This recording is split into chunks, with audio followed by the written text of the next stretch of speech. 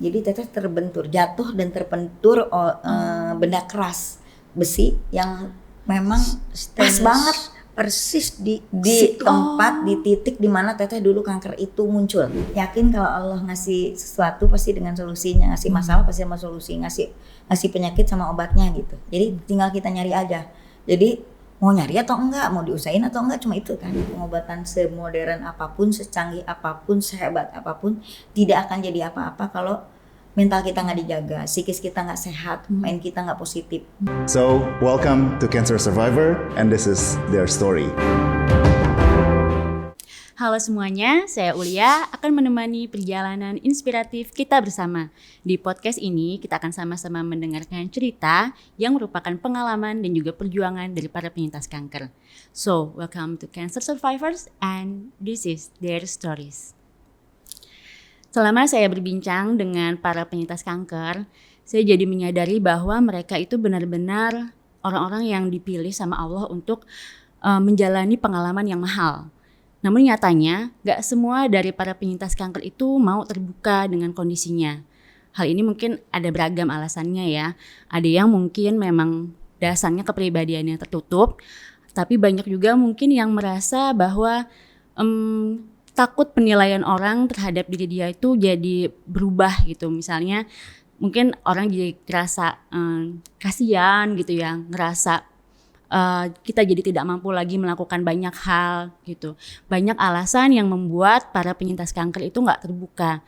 Nah, di kesempatan kali ini saya merasa beruntung sekali saya bisa bertemu dan ngobrol-ngobrol dengan Ibu Tati Fatimah, ditemani sama kakaknya Ibu Neneng. Mungkin saya panggilnya biar akrab Teh Tati dengan Teh boleh. Neneng ya. Karena di Yayasan Lavender tempat beliau biasa beraktivitas, beliau sudah biasa ya familiar dipanggil dengan panggilan Teh Tati gitu ya. Teta atau Teh Tati. Teta atau Teh Tati. Jadi kenapa beliau istimewa? Karena beliau bukan cuma terbuka terhadap kondisinya, tapi justru malah memotivasi banyak penyintas kanker lain gitu ya, mengedukasi, juga aktif di banyak kegiatan sosial seperti yang beliau jalani di rumah singgah pejuang kanker Ambu. Baik.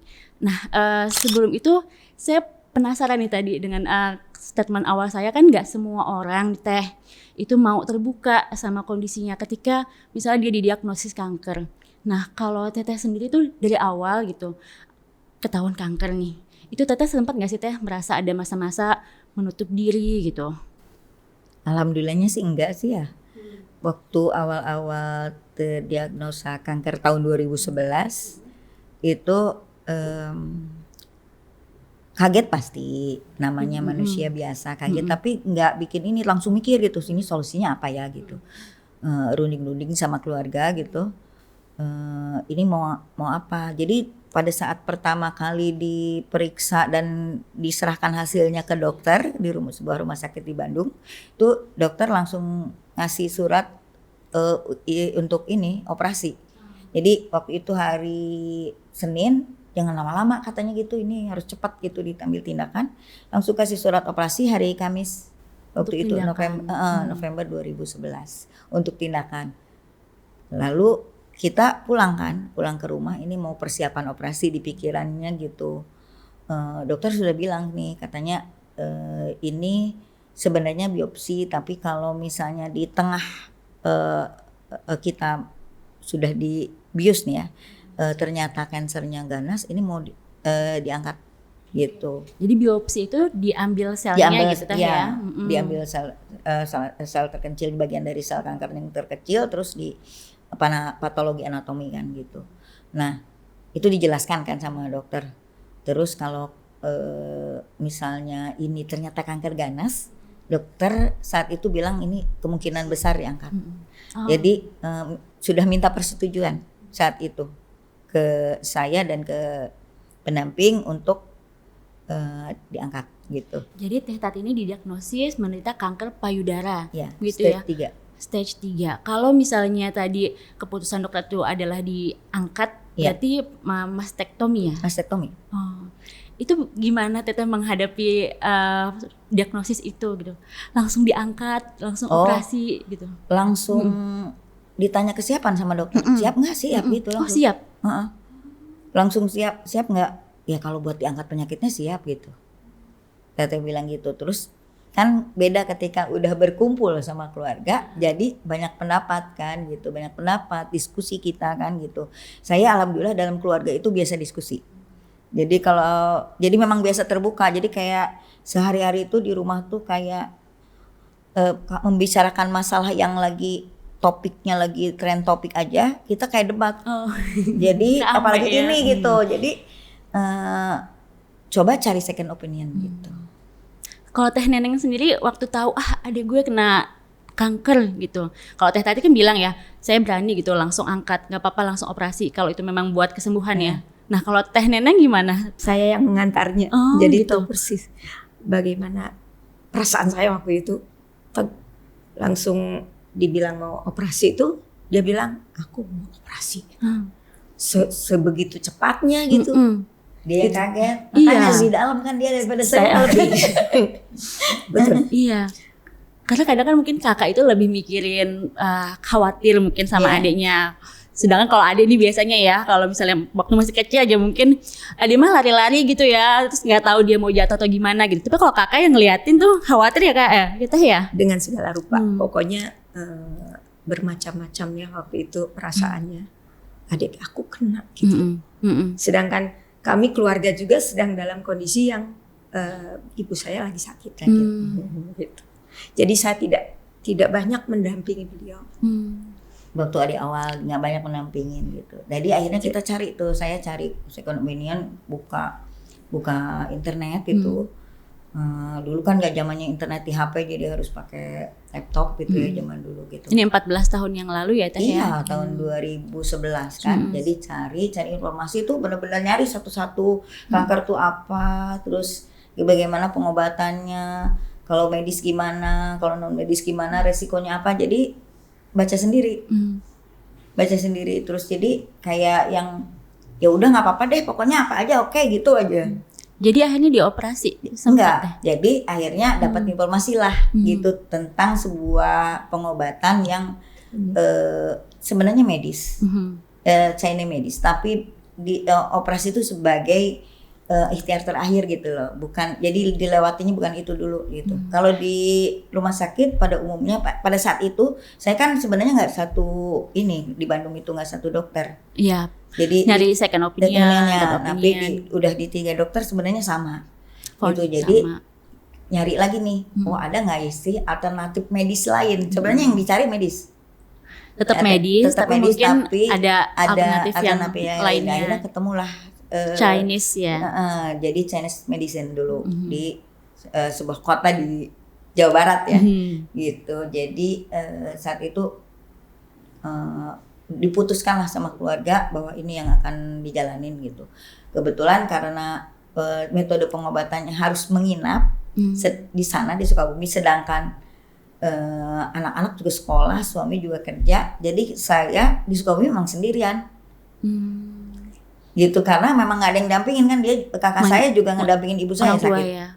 Jadi saya di sana sendirian gitu. Teh kok bisa sekuat itu gitu, terus seyakin itu gitu menjalani ini kan sakit banyak orang yang kayak operasi aja ketika misalnya dokter bilang operasi ya nggak ada loh, mungkin nggak banyak loh yang misalnya langsung kayak Teteh ya saya siap gitu, iya ayo pengobatan, oke nggak apa-apa sendiri. Kok bisa sekuat itu sih Teh? Jadi latar belakangnya sebenarnya mama. Jadi ibu saya tuh sakit bukan sebentar, jadi bertahun-tahun dan mama kuat banget itu, jadi benar-benar jadi role modelnya saya gitu loh. Mama aja segitu kuat, masa saya nggak kuat gitu. Jadi karena udah gitu, saya juga nggak mau membuat susah orang lain gitu. Kalau saya malas-malas berobat atau tidak mau menjalani pengobatan, sedangkan orang tua saya yang bertahun-tahun sakit aja menjalani pengobatannya tanpa mengeluh, masa saya mesti turun grade gitu loh, downgrade kan, jadi ya udah. Justru karena mendampingin mama di Cina itu saya jadinya mama jadi latar belakang gini. Mama itu didiagnosa gagal ginjal kronis. Setelah pengobatan beberapa lama di Indonesia, dokter Indonesia tuh udah angkat tangan, jadi udah divonis mama umurnya nggak makan lama lagi. Jadi akhirnya setelah melewati beberapa proses gitu ya, akhirnya memutuskan untuk cangkok ginjal ke Cina. Nah, saat mau dicangkok itu ternyata nggak bisa karena mama ada masalah di liver, sirosis yang mengarah ke kanker hati. Itu sirosis itu pengerasan hati. Jadi lama-lama hatinya kan ciut-ciut gitu, jadi kanker gitu. Jadi ini harus diobatin dulu. Nah, mama itu menjalanin China medicine. Kalau di sana sebenarnya kayak rumah sakit di sini juga, yang besar di sini juga, rumah sakit resmi dari pemerintah juga, tapi pengobatannya di situ herbal sama medis berdampingan. Mungkin istilahnya holistik itu kali ya. Gimana? Beda. Beda. Jadi di sana resmi soalnya. Lembaga resmi. Jadi rumah sakitnya sama. Jadi pengobatannya dua-duanya dipakai. Iya. Kita ngelihat mungkin pendekatan yang berbeda ya. Kalau di sini mungkin kita kiblatnya medis barat mungkin ya gitu ya. Jadi kebanyakan kimiawi, farmasi gitu ya. Kalau mungkin berobat ke Cina, dia jadi ada kombinasi dengan herbal juga, tapi itu resmi gitu ya. Itu secara kedokteran tuh diakui di sana. Nah, itu bedanya sama holistik di sini kan. Kalau di sini mungkin holistik ya bukan rumah sakit pemerintah pasti gitu. Tapi kalau di sana rumah sakit pemerintah. Kita tuh di rumah sakit pemerintah di Nanfang, Guangzhou. Jadi waktu itu mama akhirnya 18 kali di kemo hampir tiap hari. Selama berapa lama tuh 18, pengobatan? Berarti hampir 20 hari kalau untuk itunya. Gitu ya. Setiap harinya ada tindakan. Iya, jadi setiap hari kemo gitu. Jadi saya basicnya di situ. Kenapa saya memilih untuk ke Cina juga, Chinese medicine. Bukan yang Chinese medicine yang di sini itu.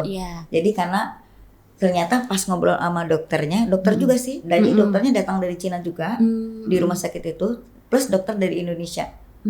Jadi dokter dari Cinanya tuh juga ahli herbal. Dokter tapi yang ahli herbal. Jadi gimana ya? Beda sih soalnya kalau di sini kan nggak ada kurikulumnya. Kalau di Cina tuh ada kurikulum resminya ya. Jadi fakultas di kedokteran gitu ada. Ya. Itu penjelasannya ya. Jadi kenapa memutuskan untuk di situ? Karena saya udah punya pengalaman sebelumnya gitu. Jadi akhirnya memutuskan di situ. Karena ternyata ilmu itu luas ya, ilmu kedokteran itu mungkin gak cuma farmasi kimiawi yang kita tahu diterapkan di Indonesia gitu ya. Kalau kita sudah pernah berobat ke luar negeri kayak ke China gitu, ada pendekatan lain. Nah itu yang saya cari gitu. Dan itu yang membuat Bu Tati tuh kuat gitu ya. Ketika Bu Tati sendiri itu divonis sakit. Kalau Teh Neneng ya mungkin saya kebayang sih kenapa Teh Neneng lebih dalam tadi ya kalau kata Bu Tati, karena mama sakit, kondisi keluarga ada sakit karena mama, kemudian pada tahun 2011 itu juga kita ditinggal juga gitu ya. Dan jadi gini, waktu pengobatan memang sebelumnya tahun 2001 ya.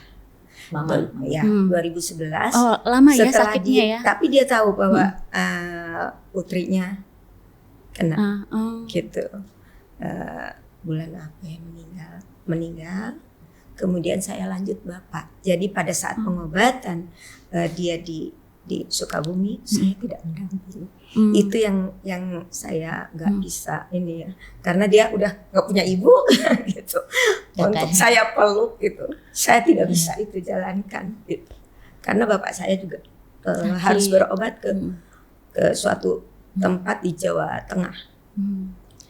Di tahun-tahun keberapa akhirnya Ibu Bu Tati ya merasa selesai gitu dengan diri sendiri dan mau mulai kayak saya udah cukup stabil kondisinya gitu, kemudian mau mulai membantu orang lain, memotivasi orang lain lewat yayasan Lavender atau tadi ya rumah singgah gitu. Itu sejak kapan? Jadi setelah pengobatan di sana di klinik itu selama hampir 2 bulan. Jadi ceritanya pulang dulu karena infus tuh udah susah masuk sebenarnya. Karena kan kenapa ya? Ininya venanya kecil tuh, bengkok-bengkok gitu. Jadi gampang bengkak. Jadi pengen istirahat aja dulu karena yang harusnya 10 hari di saya jadi bisa 16 hari 17 hari karena terhambat pengobatannya. nyari vena dulu ya untuk Nyari masukin vena, infus itu sampai ya. ke kaki. Itu pun melelahkan sebenarnya ya Bu ya. Bisa Gimana? sekali 12 suntikan satu kali infus tuh. Terus infus untuk ini kan nggak bisa yang kecil. Jadi berapa ampul dalam sehari kan? Berapa ampul dalam sehari nggak bisa yang kecil, jadi harus lancar kan. Jadi sering terhambat sebenarnya gitu. Ininya apa tuh pengobatan selama di sana. Jadi pengen istirahat dulu karena badan bengkak, semua bengkak gitu. Ini juga sakit-sakit kan, udah biru semua gitu. Udah biru semua, jadi istirahat dulu lah gitu. Nah, di jeda itulah saya periksa ternyata fungsi livernya terganggu berat gitu. Saya memutuskan jeda dulu. Ini periksanya ke Di laboratorium. umum ya, bukan di ke Chinese umum, medicine bukan, tadi ya. Bukan. Jadi pas konsultasi lewat telepon katanya periksa aja dulu di Bandung katanya gitu. Jadi pasti fungsi livernya terganggu dan cukup berat itu saat itu kan karena udah bengkak. Obat-obatan yang masuk kali ya, jadi livernya kan bekerjanya lebih keras gitu ya. Mungkin saya tubuhnya nggak kuat gitu. Terus juga saya punya keluhannya lagi adalah susah tidur. Dari gadis itu memang susah tidur, jadi itu kan memperberat kerja liver juga. Iya. Gitu. Jadi akhirnya saya minta jeda, nggak balik dulu lagi ke sana karena sebenarnya belum selesai tuh pengobatannya. Nah di bulan Februari dapat info ada sebuah klinik dari teman di Tangerang yang ini udah beberapa orang yang termasuk temennya dia sembuh gitu. Coba aja ke sana dulu gitu. Februari itu saya sempat kesini dulu, ke 2000 masih 2014 2012. Kan itu 2011. Nah, ketahuannya ini 2012 Februarinya. Jeda nggak balik lagi ke klinik yang di Sukabumi. Saya dapat informasi ada klinik di Tangerang. Gitu. Akhirnya ke situ, terus beberapa lama kemudian, ya singkat cerita, alhamdulillah bersih. Tanpa operasi, tanpa kemo, begitu, bersih aja. Nah, setelah itu saya bilang gini, saya udah dikasih sehat nih. Padahal pengalaman teman-teman luar biasa, pengalaman saya juga bukan kalau saya diceritain gitu, malam-malam muntah-muntah sendiri gitu, terus pengen makanan juga nggak ada gitu kan, nggak ada keluarga. Yang pasti Chinese medicine lagi di Chinese medicine itu kan nggak ada keluarga, jadi ngalamin gimana berjuangnya sendiri di sana gitu. Sedangkan kan anak-anak juga mesti dijaga ya. Jadi saya lebih oke, saya bisa ngatasin ini sendiri, begitu. Tapi dibilang ringan ya enggak lah. Iya. Kita dengernya aja berat ya Bu ya. Dibilang lagi sebagai teteh ya. Pengen makan. Tiba-tiba kan malam-malam pengen makan, ya Allah kita nggak bisa bantu dia untuk itu. Kadang-kadang kan pengennya nggak tersedia di rumah sakit kan, makan di rumah sakit. Kalau kita udah di rumah sakit kayak nggak enak semua apa ya. gitu ya. Pengennya ubi. Kalau sekarang mungkin bisa delivery order ya. Kalau sekarang ya ini kan tahun 2012 ya. Ya belum ada. Belum banyak. Terus waktu itu juga kalau 2012 tuh untuk pengobatan medis tuh belum ada BPJS. Oh iya benar. 2011 belum ada BPJS. Jadi kita juga mikir jangka panjang sebenarnya, antaranya itu juga. Karena sekali pengobatan tuh 15 sampai 30 juta kalau di masa itu. Di masa itu ya. Iya. Jadi sedangkan ini kemungkinan tuh nggak pendek kan, nggak jangka pendek, belum obat-obatannya kalau nyambung ke hormon segala macam itu kan mahal banget. Jadi kita juga pertimbangannya ini kalau kita pengobatan jangka panjang bisa nggak gitu. Akhirnya tadi ya Ibu memilih pengobatan yang lain. Jadi bukan murah juga sebenarnya, cuma diyakinkan di sana bahwa di sini cukup 2 sampai 3 siklus gitu loh. Dan ini per siklus 10 kali kemo. Cuma saya aja yang orang lain 10 hari, saya bisa 2 minggu, bisa sampai 20 hari karena tadi itu. ya, nyari vena tadi ya. Gitu. Jadi akhirnya di sini 2014 berdasarkan pemeriksaan medis sehat. Nah, setelah itu di Tangerang juga yang memperkenal saya dengan Yayasan Lavender. Di situ mulai kan diskusi kita, sharingnya di chat WA. Waktu itu WA juga baru kayaknya. Jadi 2014 itu Yayasan Lavender sudah berdiri posisinya sudah? Sudah. Sebenarnya kenal sama Mbak Indira 2013. Cuma 2014 Mbak Indira kayaknya di awal 2014 tuh baru bikin grup WA. Mbak Indira itu Mbak Indira itu foundernya. Founder Jadi dua Yayasan foundernya Yayasan Lavender tuh namanya Mbak Indira dengan Mbak Nita. Oke. Jadi ada sebuah yayasan, apa aja sih yang dikerjain di yayasan itu, Bu? Kenapa saya tertarik dengan yayasan ini? Karena di saat itu ya, di saat itu satu-satunya yayasan yang mewadahi semua pengobatan kanker, mau itu medis maupun non medis, Lavender. Jadi karena saya setengah-setengah kan jadinya, medis iya, nggak medis juga, dibilang nggak medis juga iya gitu ya. Jadi dibilang non medis juga iya gitu. Jadi saya nggak menemukan wadah yang tepat saat itu. Sebenarnya saya nyari di internet tuh nyari. Mungkin lebih ke komunitas. Gitu Bu ya, komunitas isinya adalah para penyintas kanker. Tapi mereka memilih cara pengobatan apapun diterima gitu ya, dirangkul di Yayasan semua. Lavender itu. Jadi Lavender tuh fokusnya ke support. Support sama edukasi. Jadi bukan di pengobatan, karena pengobatan itu pilihan hak prerogatif pasiennya gitu loh. Karena harus nyaman. Dan saya banyak belajar dari Mbak Indira dan Mbak Nita ya soal bagaimana pasien kanker itu menjalani terapinya gitu, harus nyaman tuh gimana, terus juga bagaimana caranya supaya efek-efek samping di pengobatan gitu, itu bisa berkurang karena saya belajar di situ kan jadinya di grup itu. Ada kisah yang membekas banget nggak Teh, misalnya dari siapa salah satu anggota komunitas gitu yang mungkin itu masih terngiang-ngiang di Teteh sampai sekarang, membuat pelajaran hidup bagi Teteh? Mbak Indira dan Mbak Nita, dua-duanya. Mbak Indira dan Mbak Nita. Dua-duanya jadi cukup dekat, jadi kita bersahabat gitu. Dan Mbak Indira itu orang yang kalau menurut saya sih ukurannya manusia sempurna gitu. Kalau buat saya sebagai manusia ukurannya sempurna, pinter iya, baik iya, kaya iya, terus kuat iya, baik hati. Udah pokoknya saya itu kayak mengidolakan jadinya gitu ke Mbak Indira sama Mbak Nita gitu. Sama masing-masing punya kelebihannya masing-masing, tapi di masing-masing kelebihan itu saya ini bisa saya ambil, ini bisa ambil deh. Saya beruntung gitu ketemu dua orang itu gitu loh. Beruntungnya karena ini kelebihannya ini ya, saya mesti kayak gitu dong gitu. Jadi saya punya gitu, terus udah gitu, ini udah dikasih sembuh nih. Terus saya mau ngapain? Sembuhnya buat apa? Gitu. Sembuhnya itu kalau nggak jadi apa-apa ngapain kemarin dibikin sakit gitu. Jadi saya udah jalan tuh di pikiran ini kayaknya saya mesti ada sesuatu yang harus dilakukan. Ada aktivitas yang saya bisa sharing gitu ke orang nih, ketemu Lavender cocok gitu dengan kegiatannya, dengan visi misi terutama sih. Visi misinya karena mengedukasi sama sharing teman-teman yang punya riwayat yang sama, perjalanan yang sama, kurikulum yang sama. Jadi kita tuh diajarkan gimana supaya selalu positif. Gitu di situ. Jadi kalau yang negatif biasanya dihapus tuh sama admin. Gitu. Jadi kan ada ya tetap yang positive gitu. Vibes ya. Terjaga kondisi positifnya. Itu kan gitu. buat saya jadi pelajaran. Jadi saya belajar mungkin setahunan dia aktif di situ gitu. Hanya di chat WA awalnya. Nah, pada suatu hari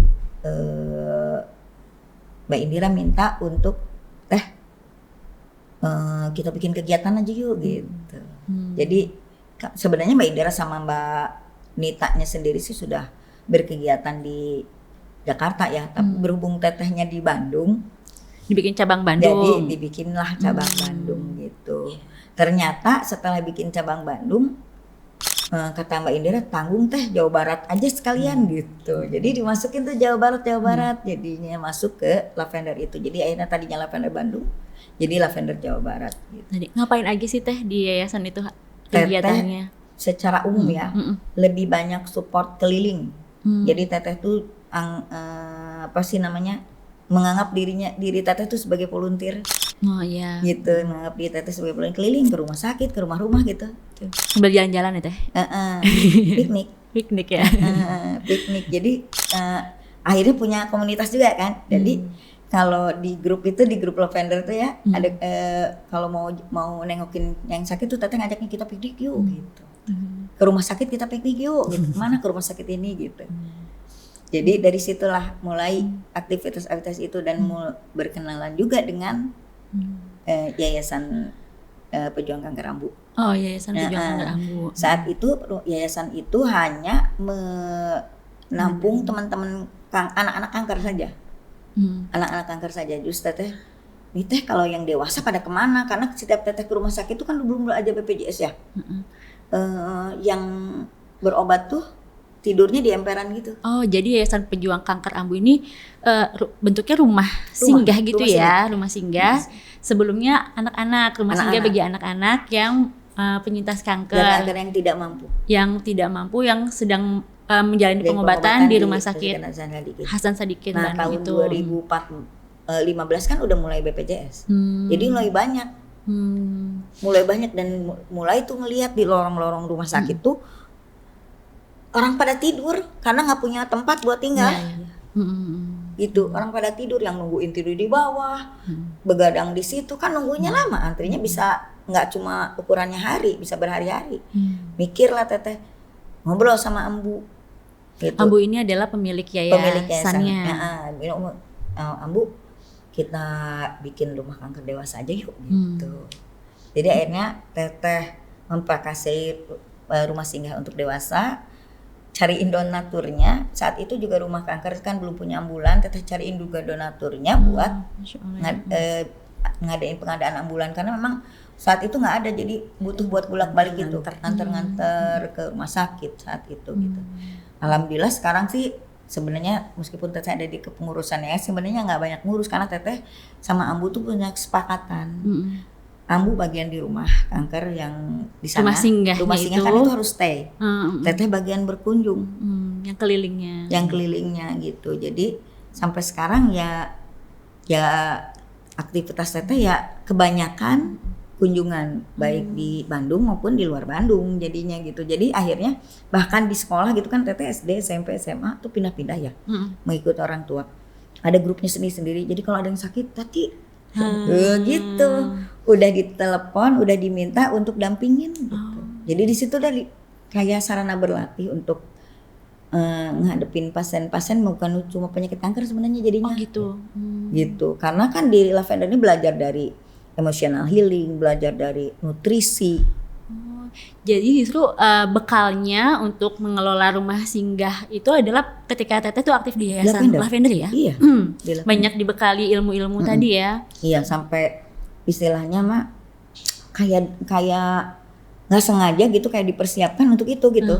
Jadi dibekali dulu ilmu nutrisinya, terus terapi-terapi pendamping buat kanker tuh taunya di Lavender semua. Terus teteh orangnya haus gitu, pengen tahu gitu. Jadi kalau yang ini berhasil, tanya terus gitu. Dan nggak sekedar nanya, praktek. Gitu. Dan teteh orangnya tipikal yang kalau praktek ya harus konsisten, harus jangan setengah-setengah gitu. Semua ada resikonya, tapi kalau kitanya fokus, yakin jadinya suatu saat pasti akan ketemu nih tujuan kita kemana gitu. Kalau tujuannya sehat, ketemu sehat ya pasti. Gitu. Jadi tujuannya teteh tuh dulu bukan sembuh, tapi sehat. Oh iya, betul. Ini aku masih banyak yang pengen ditanyain ke teteh, tapi mau ke teh Neneng dulu nih.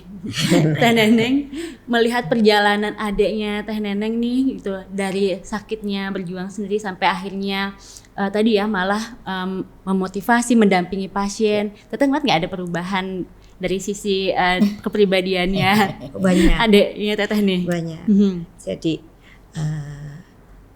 saya harus support sebagai kakak, sebagai keluarga yang mungkin yang hanya tinggal perempuan aja gitu cuma loh ya. Berdua yang perempuan ya. Jadi saya support apapun, apapun yang dia dia butuhkan. Kalau kamu medis, ya medis. Kalau kamu ini, ya kita dukung. Termasuk saya sekarang mengalami itu. Jadi adik inilah yang mendukung saya apapun keputusan saya untuk pengobatan. Gitu. Jadi pengalaman menjalani pengobatan sendirian gitu ya, itu justru jadi ini ya berkah sendiri, karena teteh tuh secara nggak langsung nggak pengen orang-orang tuh berjuang sendirian, makanya teteh tadi mendampingi banyak pasien. Iya, Terus nggak semua orang kan artinya punya kesempatan buat belajar. Oh iya. Ada orang, kebanyakan orang justru mayoritas orang menunggu. Kalau Teteh kan aktif orangnya, jadi nyari. Kebanyakan orang tuh yang Teteh temuin tuh ternyata nggak tahu apa-apa tentang kanker ini gitu. Taunya tuh kanker ini tuh sesuatu yang menyeramkan aja, gitu. Teteh nggak pernah bilang ke pasien ini bahwa kanker itu penyakit ringan ya. Tapi bisa menjadi lebih mudah dijalanin ketika kita bareng-bareng, gitu. Karena faktor yang mempengaruhi kanker ini memburuk atau membaik itu kan banyak, gitu. Yang dimaksudkan dengan holistik kan sebenarnya menyeluruh gitu ya. Secara jadi, emosi juga, psikologi jadi juga. Kalau gitu di ya. lavender tuh body, soul, and mind, gitu. Itu tuh harus seimbang. Nah itu yang Teteh pelajari dari situ dan kebanyakan memang nggak tahu. Nah itu yang bikin Teteh ini ternyata mesti kayak jemput bola, nggak apa-apa lah. Terus mau ngapain lagi gitu? Hidup ini mau ngapain gitu kalau nggak punya manfaat buat orang lain gitu. Kayak gitu. Kalau waktu pas Teteh masih sakit, yang bikin Teteh yakin ini pasti bakal sembuh nih gitu. Itu apa sih Teh? Padahal kan Teteh saat itu berarti kondisinya belum punya ilmu yang tadi ya, mind, body, and soul-nya itu mesti sehat semua, seimbang gitu. Dulu kan belum tahu ilmu itu ya Teh? Belum tahu ilmu itu, tapi Teteh tuh berusaha untuk bukan berusaha, suka yakin aja, yakin kalau meskipun Teteh secara pendidikan Abang bukan orang yang gitu ya, tapi yakin kalau Allah ngasih sesuatu pasti dengan solusinya, ngasih masalah pasti sama solusi, ngasih penyakit sama obatnya gitu. Jadi tinggal kita nyari aja. Jadi mau nyari atau enggak, mau diusahain atau enggak, cuma itu kan. Kan kesembuhan itu Teteh udah tahu dari dulu bahwa sembuh, sehat kita perjuangkan, tapi sembuh itu hak prerogatifnya Allah gitu. Jadi fokus aja di situ. Jadi dulu juga udah gitu, tapi akhirnya tahu ternyata pola berpikir kayak begini tuh ada teorinya. Ada tambahan-tambahan lagi, ternyata banyak juga yang sampai istilahnya gimana kita menjalanin hidup tuh dari mulai bangun tidur, napas pertama ketika bangun tidur sampai kita mau tidur lagi tuh gimana cara nikmatinnya gitu. Itu sampai belajar yang kayak begitu di beberapa seminar, terus di beberapa tempat gitu. Jadi apa sih namanya? Saya pengen ngajak orang untuk punya mindset yang sama gitu dengan saya, dengan punya semangat yang sama dengan saya, supaya nggak ada yang sia-sia dengan ikhtiar gitu. Nggak ada yang sia-sia. Pasti ada hasilnya, pasti ada hikmahnya.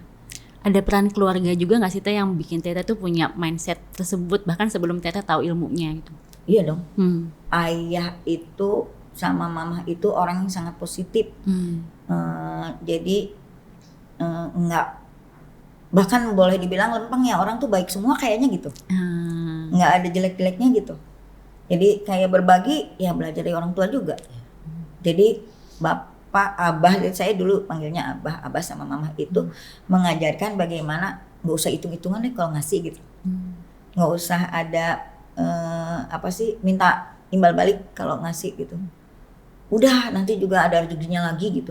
Padahal kalau lihat basic keluarga gitu, ayah bukan yang bagus di agama ya gitu. Ibu juga kan mu'alaf dari Hindu gitu ya. Jadi tapi Abah mengajarkan bagaimana etika dan moral itu bisa dijalankan dalam kehidupan sehari-hari. Nah, itu yang bikin mungkin ya, itu yang bikin Teteh lebih cepat menerima hal-hal yang baik gitu. Hal-hal yang baik, yang negatif ya pasti ya ada aja, namanya juga hidup gitu ya. Sama termasuk sakit, ujian juga kan gitu. Tapi lebih mudah untuk untuk berpikir, ini tadinya down terus naik lagi gitu. Itu lebih gampang dijalani gitu. Karena sudah ada kayak nilai-nilai dalam keluarga ya Teh ya. Udah tahu selama ini kalau misalnya sakit sama-sama yakin gitu, insya Allah akan ada obatnya, akan sembuh. Kalau Teh kita saling mendukung di dalam keluarga. Apapun keputusan yang akan dikerjakan gitu loh ya. Ini mau begini, ayo. Alhamdulillahnya gitu. Dalam keluarga tuh kayak ya itu tadi biasa kayak diskusi sama keluarga. Jadi kebetulan Teteh tuh lumayan berani orangnya gitu. Jadi kalau ngeluarin pendapatan bukan aja gitu, mau benar mau salah bukan dulu, tapi harus tahu kalau resikonya salah harus minta maaf misalnya kayak gitu-gitu. Terus jadinya akhirnya jadi orang yang dominan, mau di keluarga mau di lingkungan pertemanan gitu. Jadi akhirnya kalau saya sudah memutuskan sesuatu berarti pertimbangannya udah banyak gitu loh. Jadi mereka tuh support aja gitu. Percaya deh sama kamu pasti udah pertimbangin semuanya, karena Teteh tuh kalau memutuskan sesuatu pasti nggak langsung, pasti nyari tahu dulu gitu. Kalau bisa ketemu orangnya dulu, itu bapak saya ngajarin ketemu orang yang langsung udah berhasil lewatin itu semua, terus belajar dari situ, terus lakukan, nggak usah nengok kanan kiri gitu. Itu belajar dari ayah dan ibu, mama, abah. Kalau Teh Neneng tadi itu kan nilai-nilai dalam keluarga yang Teh Tati rasain ya. Kalau Teh Neneng gimana Teh? Ya, saya pun sekarang sedang menjalani itu. Saya minta sama adik saya, apapun keputusan saya minta didukung gitu loh. Sekarang terbalik, dia yang sekarang mendukung saya. Oh gitu. Jadi Teh Neneng juga diagnosanya itu ada penebalan usus dan mengarah ke kanker. Jadi saat itu saya bilang, saya kan mau ke siapapun, mau keluarga maupun teman, mau siapapun sama perlakuannya saya tuh, nggak dibedain. Putusin sendiri. Mau gitu, pengobatan apa harus putusin, harus yakin. Kalau udah selesai memutuskan sendiri, saya cuma kasih pandangan.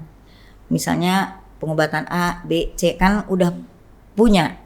Dan teman-teman kan di Lavender tuh banyak banget sebenarnya kan gitu, yang pengobatan A, B, C banyak banget. Itu yang beruntung saya di Lavender tuh, dapat ilmu luar biasa. Gitu. Nah, pas Teh Neneng di diagnosis itu langsung saya bilang, putusin dulu, sholat dulu sana. Gitu, kalau udah selesai, udah diputuskan sendiri, bilang ke saya pas nanti disupport. Jadi tidak mempengaruhi keputusan apapun yang diambil sama dia. Teh Neneng, Teh Tati kan banyak ya cerita tentang Yayasan Lavender ya. Ini sampai sekarang masih aktif Teh? Masih. Oh masih. Ada nggak harapan ke depannya nih, biar apa sih yang bisa dilakuin lagi sama Yayasan Lavender buat dampaknya biar lebih besar gitu? Teteh sih sudah membuat rangkaian kegiatan sih sebenarnya. Kan kemarin sempat vakum ketika COVID ya. Untuk maju lagi, bangkit lagi, biasalah kalau orang udah aktivitasnya lama. Tapi sebenarnya kalau nengok itu Teteh selalu nggak pernah berhenti tuh. Dari COVID juga, orang yang pasien COVID di rumah 28 orang. Waktu pas COVID itu? Waktu pas COVID. Jadi siapapun keluarga, teman dekat, kalau COVID datang ke rumah Teteh? Dirawat di rumah. Oh gitu? Sampai sembuh. Oh, jadi bukan cuma aktif di Yayasan Pejuang Kanker Ambu, tapi sebenarnya Teh Tati juga di rumah juga bikin rumahnya di rumah singgah gitu ya Teh? Atau iya, tapi khusus untuk yang deket-deket kan gitu. Terus juga misalnya ada pasien kanker nih, ya ayo di sini dulu, minimal untuk menguatkan mental mereka, karena kebanyakan kalau sekarang sih bilangnya kena mental ya, gitu. Nah itu tuh Teteh biasanya ajak ke rumah, tinggal di rumah, bisa berbulan-bulan di rumah. Ini tadi jadi menarik. Bener nggak sih Teh, ada stigma yang bilang kalau misalnya seseorang itu sakit, itu ada kecenderungan beban mentalnya, sakit mentalnya, artinya ketidakterimaan dia, sakitnya dia itu karena misalnya tidak mau menerima kondisi, ngerasa jadi lemah, ngerasa nggak mau dikasihanin, ngerasa dunia jadi berubah, itu malah cenderung lebih besar terkadang gitu dibanding sakitnya dia sendiri gitu. Kalau Teteh ngedampingin banyak pasien gitu ya, kalau dibilang banyak mungkin orang lebih banyak lagi, tapi pasien yang selama ini didampingi selama sama ini Teteh, justru Teteh ngelihat faktor emosional, mental, psikologis jatuhnya 70% lebih besar dibandingin dengan pengobatan itu sendiri. Karena pengobatan semodern apapun, secanggih apapun, sehebat apapun, tidak akan jadi apa-apa kalau mental kita nggak dijaga, psikis kita nggak sehat, main kita nggak positif. Itu kayak hancur, kayak bikin bangunan tapi nggak ada pondasinya. 70% malah 70%. itu mental ya. Iya, makanya Teteh fokusnya di situ gitu. Nggak kuliah di psikologi, tapi jadinya memang dari dulu sebenarnya tertarik sih. Tertarik ke hal gitu. Tapi jadi teteh banyak membaca, tapi karena berdampingan dengan pasien, jadi belajar dari pasien juga. Jadi sebenarnya mereka juga yang ngajarin gitu, yang ngajarin gini, terus teteh cari tahu nih cara ngadepinnya kayak gimana. Terus kan ternyata cara juga nggak cukup. Ternyata kita harus tahu karakter orang, cara ngadepin orang beda-beda. Teorinya begini, ternyata diterapin nggak sama, gitu loh. Karena orangnya misalnya kalau orang Jawa bilangnya dablek gitu. Itu ternyata kan kitanya juga ternyata dapat ujian juga loh. Teteh orang Sunda tapi ininya bahasanya dablek gitu ya bahasa Kan Jawa. campuran ada Bali, ada Jawa, ada Sunda. Jadi rada-rada ngerti lah gitu. Rada-rada suka ngeluarin kata-kata yang kayak gitu. Belum itu berdua mama juga tuh orang Jawa. Jadi tadi kalau orangnya neat gitu, terus tadi pendekatan teteh gimana teh? Ya tergantung karakternya. Jadi akhirnya pendekatannya itu kadang-kadang cuma ngeliat mata. Kelihatan Cuma saling berpandangan. karakternya Terus apa sih namanya? Jadi kayak kepancing sendiri gitu. Jadi kadang-kadang nggak perlu ngomong gitu. Cuma pandang matanya, cuma bilang, teteh tahu kok apa yang kamu rasain, apa yang kamu alamin. Terus dia ngomong sendiri akhirnya gitu. Mengalir. Mengalir Dia aja. biasanya curhat. Iya, Jadinya karena di awal curhat. merasa dipahami ya, teteh paham kok gitu ya. Iya. Terus anehnya curhatnya tuh jadinya kan kemana-mana ya, iya. bukan cuma sakitnya ya, gitu, bukan cuma sakitnya. Jadi kadang-kadang ya lucu sekarang itu kayak terapi mental gitu, teteh tuh ke teman-teman tuh gitu, ya terapi mental teh. Ini orang kayaknya misalnya kadang-kadang sampai anaknya yang bandel, anaknya yang emosian gitu. Jadi curhat teteh Jadi ya. curhat, enggak, jadi mereka tolong dong orang tuanya, tolong dong dampingin gitu anaknya gitu, padahal bukan penyakit fisik, Oh gitu teh.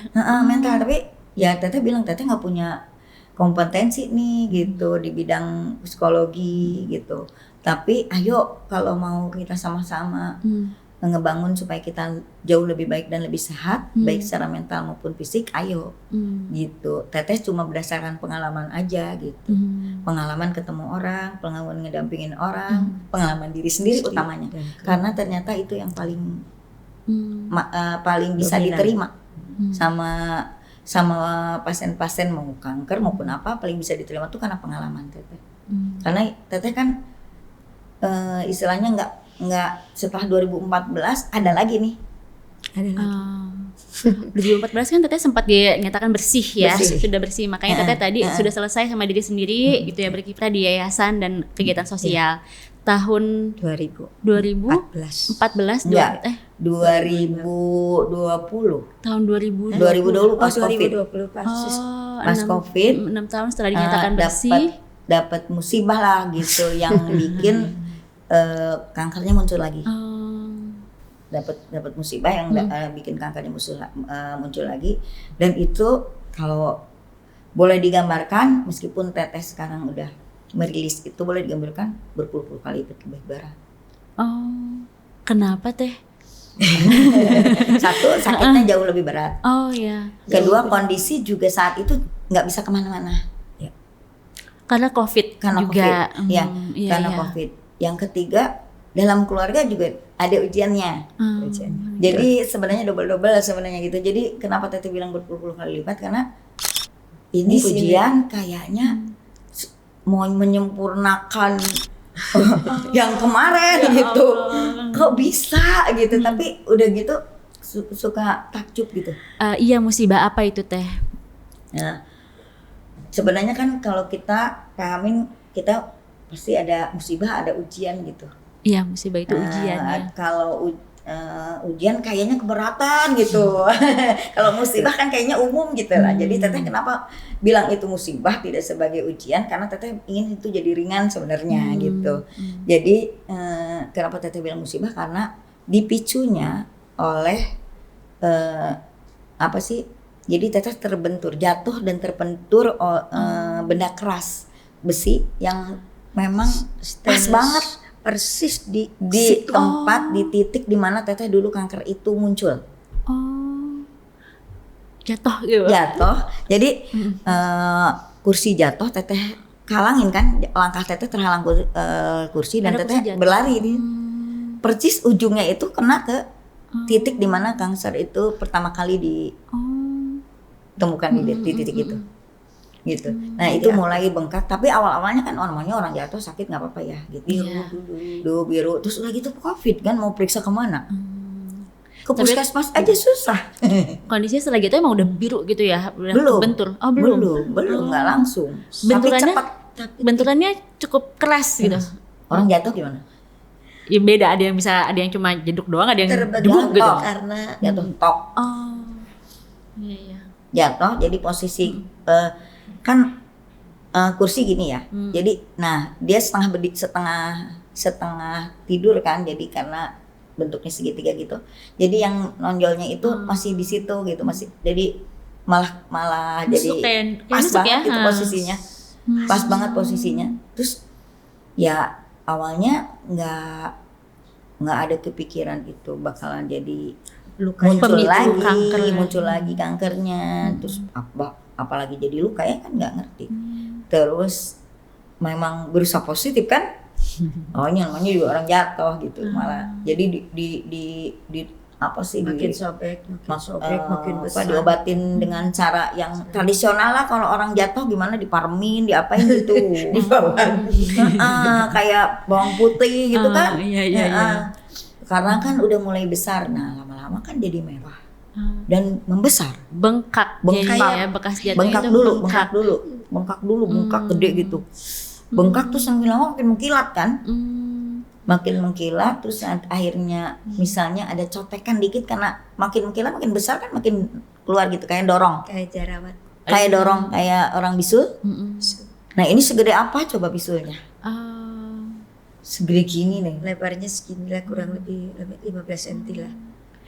Itu enggak dalam sehari 2 hari kan, artinya itu Enggak, dalam tapi beberapa pekan. lumayan cepet. Lumayan cepet. Jadi dari mulai terbentur sampai terbuka tuh paling cuma 2 bulan.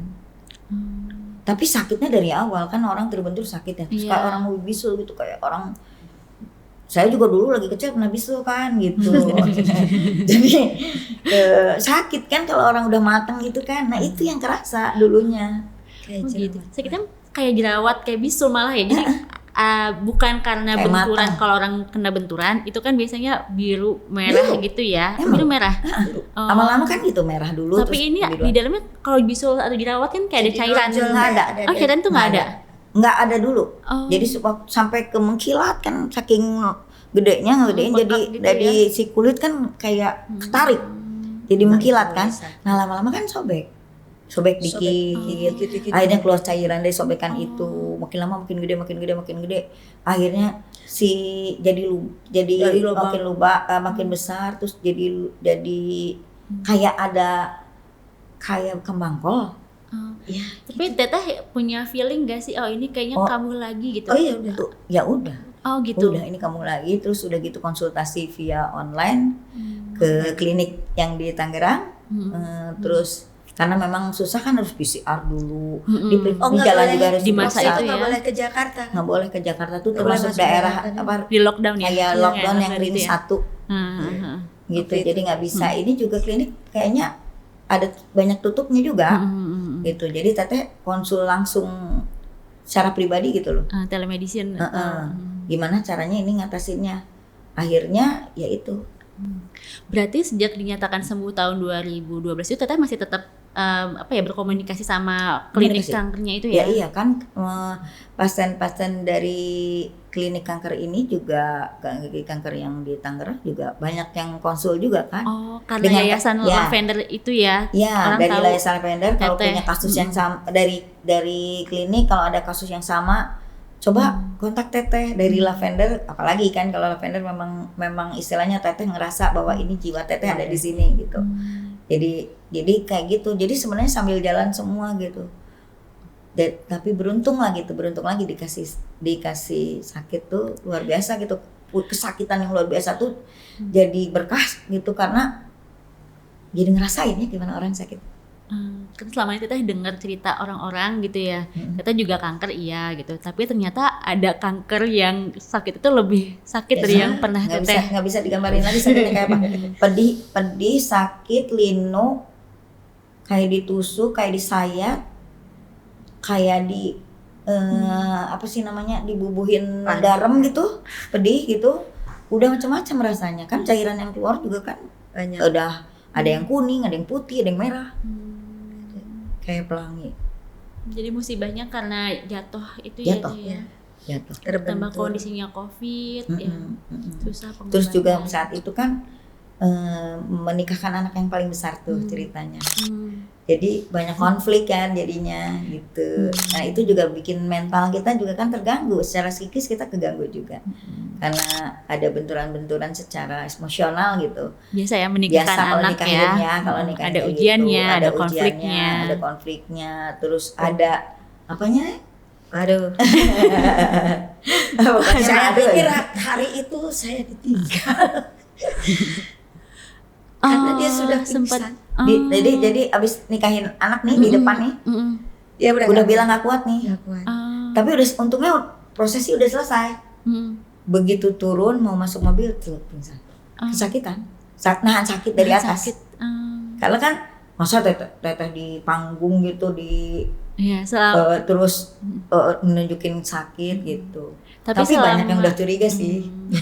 Karena megangin terus kan. Tapi selama pernikahan itu Teteh melayani tamu gitu. Iya, Jatuh sampai selesai. sampai selesai baru akhirnya jatuh Pas juga. selesai akhirnya jatuh juga karena nahan kan udah lama banget. Berapa jam ya? Dari pagi hingga malam. Dari pagi sampai malam kan. Cuma maksudnya menahan bangetnya itu yang malam sebenarnya, yang dari sore ke malam. Kan acara sampai jam 9. Nah, jam setengah 9, jam 8 sebenarnya acaranya cuma sampai, karena dibatasin waktu itu ya. Sampai jam 8 teteh mau keluar udah gak kuat. Pingsan ya, dikiranya udah mau ditinggal karena kan udah nyampe ke, dulu kan nginepnya kan di deket gedungnya gitu, di dekat gedungnya nginepnya gitu. Di situ udah kejang-kejang karena teteh setengah sadar sih sebenarnya, sadar tapi nggak bisa ngendaliin kejangnya, Oh iya. nggak bisa ngendaliin kejangnya karena sakit banget udah. Ini kenapa gitu? Nah itu kayak yang emang gini ya rasanya mau dicabut nyawa tuh gitu, perasaan tapi nggak ngomong, di pikiran teteh kayak gitu. Terus ya udah cuma istighfar aja terus. Cuma katanya orang yang ngelihat kayak sakaratul katanya gitu. Kalau yang ngelihat, kalau teteh kan setengah sadar, ngerasain sakitnya tapi teteh nggak sadar apa yang dilakukan, apa yang terjadi nggak tahu. Tapi ngerasain sakit. Anak saya yang bungsu itu sampai punya keluhan sakit mental dan harus psikiater karena lihat ibunya, dia takut kehilangan ibu. Jadi bukan tetehnya yang tadinya khawatir, tapi ternyata kejadiannya jadi akhirnya Emang sekelilingnya. bikin yang ngelihat tuh trauma. Aku aja yang mendengarkan ceritanya, maksudnya ada banyak hal yang terjadi di keluarga Teh Neneng dan Teh Tati ya. Orang tua gitu kan, dua-duanya sakit, kakak dua-duanya sakit gitu. Dan semua orang tuh nggak bisa disamain kekuatan mentalnya ya. Kalau mungkin Teh Tati sama Teh Neneng tuh mungkin kuat gitu karena prosesnya tuh dari kecil gitu ya, sudah tertempa mentalnya lah. Tapi kan kalau misalnya anak-anak Teh Tati dan Teh Neneng sendiri itu mungkin bisa jadi belum bisa sekuat para ibunya, para orang tuanya ya menghadapi masa-masa tersebut ya, ngelihat mungkin omanya, opanya, ngelihat uaknya gitu. Kemudian mamahnya sendiri gitu ya. Kalau anak yang paling besar sama nomor 2 karena mereka udah dewasa, tahu banget kan ibunya, yakin gitu ke ibunya, ibu bisa ngelewatin ini, dan istilahnya udah bermacam ujian dalam kehidupan ibu udah jalanin, yang ini juga pasti ibu bisa lagi gitu. Kalau yang nomor 1, tapi kalau yang kecil kan dulu dari tahun 2011 itu dia masih kecil, jadi dia udah trauma dari kecil ternyata gitu. Lihat ibunya sakit, Dia masih kecil dia saat dari itu, kecil. ibunya sakit. Saya mungkin nggak peka terhadap kesakitannya dia, kepedihannya dia melihat ibunya. Tapi ternyata itu jadi trigger besar dengan mentalnya dia gitu loh. Iya. Dia jadi anak yang sempet khawatirnya berlebihan, panik gitu. Terutama kalau ngelihat ibunya sakit gitu. Jadi saya jadi sumber energi lagi, sumber motivasi saya lagi. Saya nggak ada pilihan untuk selalu hidup sehat sampai kapanpun. Karena saya juga menjaga kesehatan mental dan fisik anak saya gitu. Karena sudah jadi pengaruh kan ternyata gitu. Kalau di usia yang masih kecil itu ternyata berpengaruh. Jadi buat teman-teman juga sama sih sebenarnya, bagi orang yang sekarang mendapatkan kurikulum kanker ini, ketika anaknya masih kecil memang harus dijaga sekali supaya jaga perasaan mereka, jaga mental mereka supaya mereka tidak trauma melihat orang tua yang sakit. Teteh emang jarang mengeluh, bukan jarang, mungkin hampir kalau bisa tidak mengeluarkan satu keluhan dari mulut teteh gitu, apalagi ke anak-anak. Tapi kan yang terlihat belum tentu sesuai dengan apa yang kita ucapin, gitu. Yang terlihat mungkin teteh bisa ngomong A, tapi yang kelihatan B. Teteh kan nggak sadar itu, gitu sudah sebenarnya nggak mau gimana juga nggak bisa ditutupin orang sakit gitu ya. Nah ternyata kita harus jujur sama diri kita sendiri, jujur juga ke anak kita. Kalau sakit ya sakit aja, tapi bukan mengeluh, bilang aja kalau sakit. Kalau teteh orangnya bukan nutupin sakit ya, sakit ya sakit, cuma teteh nggak mengeluh, nggak menunjukkan bahwa ini adalah sesuatu yang serius. Gitu. Tapi anaknya melihat kan dari sudut pandang anak. Iya. Jadi ternyata sudut pandang kita itu bisa beda-beda kan.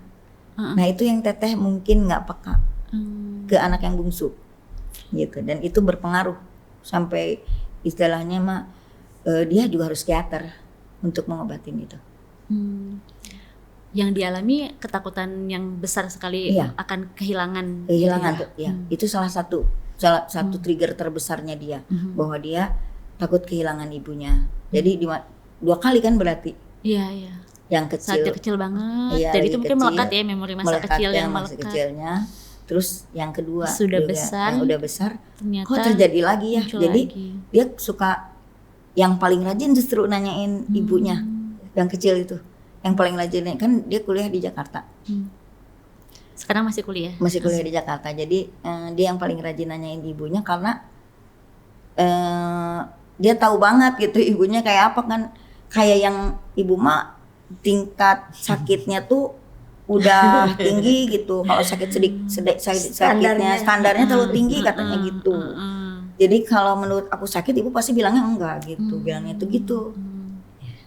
Jadi ya kayak misalnya saya jatuh, naik gunung jatuh, bisa nyetir sendiri loh dari yang bawah tuh sampai ke rumah masih bisa nyetir, padahal udah patah tangannya.